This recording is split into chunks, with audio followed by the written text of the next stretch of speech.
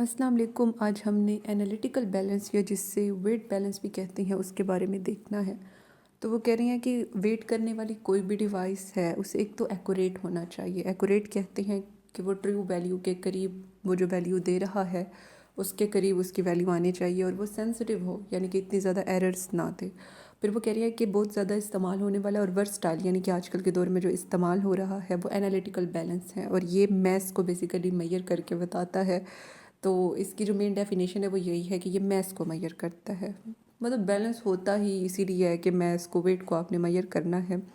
फिर वो कह रहे हैं कि ज़्यादातर जो इस्तेमाल होते हैं आजकल वाले इलेक्ट्रॉनिक बैलेंसेस हैं, लेकिन मैकेनिकल बैलेंस भी हैं कुछ जो कहीं पे लैब्स में इस्तेमाल होते हैं, जैसे कि मैकेनिकल सिंगल पेन बैलेंस कभी कभार जो है मॉडर्न एनालिटिकल लैब में इस्तेमाल होता है। तो यहाँ पे देखें एक इलेक्ट्रॉनिक वेट बैलेंस जो है दिखाया गया है।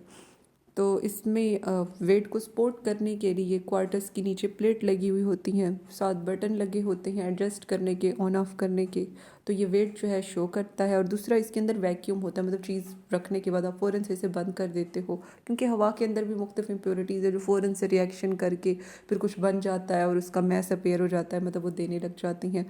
तो ये सारी इसकी कंस्ट्रक्शन है और इसकी मेन डेफिनेशन है। और वर्किंग जो है इसकी वो इतनी ज़्यादा नहीं है, मतलब आपने सैंपल लिया, उसे पेज पे रखा, पहले जो है पेज का जो वेट है उसे आप मेजर कर लो, ताकि जो पेज के साथ अब वेट आप कर रही हैं सैंपल का, उसमें से पेज का वेट आप माइनस कर दें ताकि एरर का चांस कम से कम आए और हमें जो वैल्यूज़ मिलें अपनी वो एक्यूरेट मिलें, प्रिसाइज मिलें। तो इसके साथ ही हम लेक्चर एंड करते हैं। अल्लाह हाफ़िज़।